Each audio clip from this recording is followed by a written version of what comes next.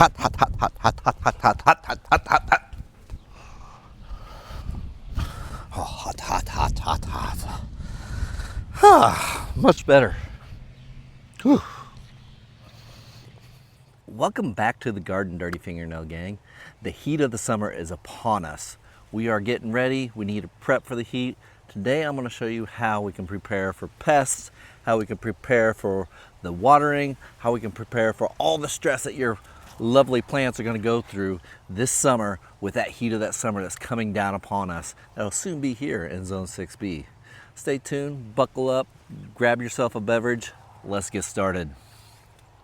So you put in all this hard work this spring, getting all your stuff planted, all your tomato plants planted, prepping all these plants, whether it be peppers, green beans, broccoli, cauliflower, cabbage, anything you have in the garden. We got a heat wave that's going to come and it's going to drive them nuts. They're going to be under panic. They're going to be under stress. What can we do to help them out?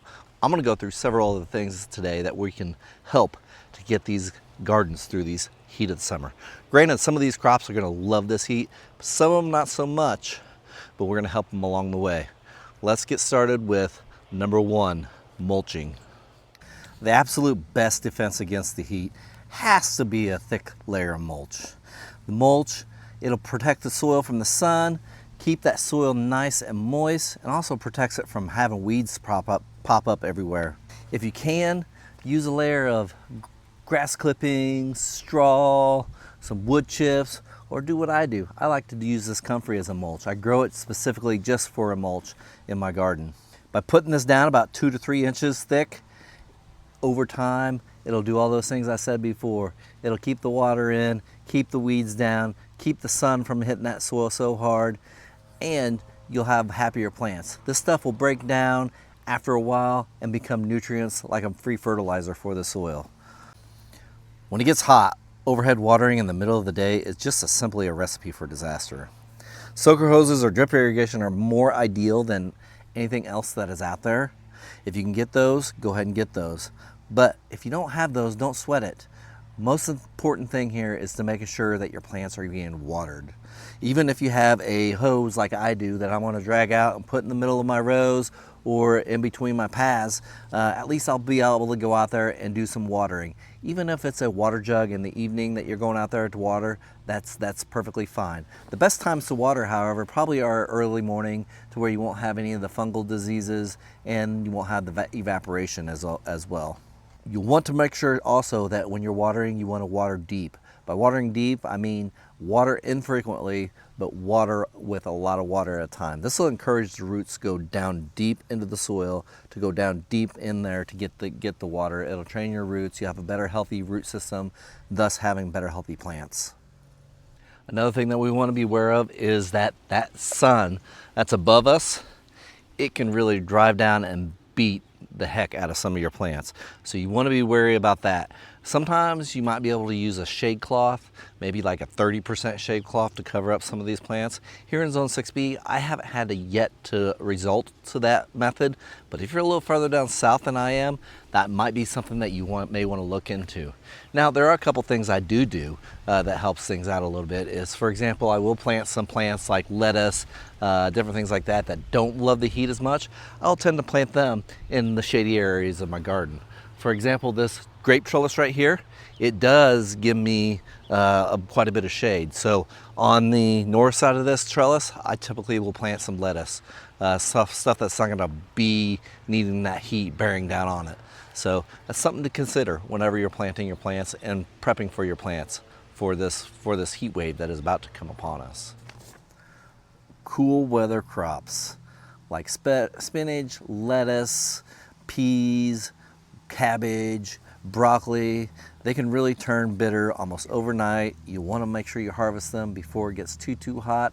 Otherwise, you're just going to have a lot of bolting action going on and your crops are just going to wither away in the heat. They were not made for this heat.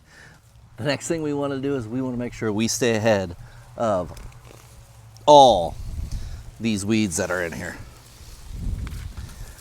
This guy actually got pretty big. I usually don't let them get this big, but weeds will thrive in the heat. let me tell you, the weeds, they are adapted to this soil, they are adapted to this weather, they are adapted to our climate here. These weeds definitely really love the heat. So you want to make sure you stay on top of them. They're a lot easier to pull when those root systems aren't that big. So if you can get them young, pull them. No matter where you're at, you're gonna have some weeds. I don't care how much you mulch, how much you're preventative about it, you're still gonna have some weeds. The best way to prevent weeds is from them seeding out and keep going. So what I would highly suggest is go ahead and pull those out every day. Make sure you're making a trip out to your garden. As long this comes along with that pest control, you want to make sure you have your weed control as well. As you can see, I've neglected this onion patch a little bit, and there are some pretty good weeds in there. When the plants are stressed by heat, they are going to be a little bit weaker, and they're going to be very, very vulnerable to pests. This is the peak time that you need to be watching out for pests in the garden. Make sure you're out there every morning or every evening, at least one time a day. If you can get out there twice a day, even better. Go out there, check all your plants, check on the undersides of the leaves. Sometimes you might have to get a little different angle and look up instead of looking down at your plants. Get in there with your hands on your knees, spread the plants apart, and see if you can figure out where the pests are, and if they are, take care of them appropriately. The last thing that you're going to want is a pest infestation. Getting rid of pests now will definitely help you out for the future and help you have a better crop. Lastly, clean up the beds. Pruning the bottom leaves off your tomatoes and getting some airflow through some of those crops really helps prevent disease, especially when that humidity is at 100% or whenever it spikes. And if you got any spring crops bolting, pull them. Don't just let them sit out there and attract pests. Just go ahead and get those out as quick as you can. Harvest them.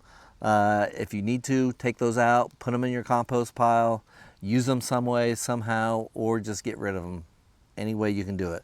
Don't let your garden waste energy and water on these plants that are already done, that are already finished. Folks, the heat is coming. Are you ready for the heat? Gotta prep your bed for the heat. Otherwise, all this work that you put in up to now is just gonna be a complete waste. Get prepared now while the weather's still cool, while you can still feel like you're gonna do it. If you like the content that you've seen here, if you got any value of this, join that Dirty Fingernail gang. Leave me a comment down below. Let's have a discussion. Let's talk about what you're doing to prep your beds for the heat.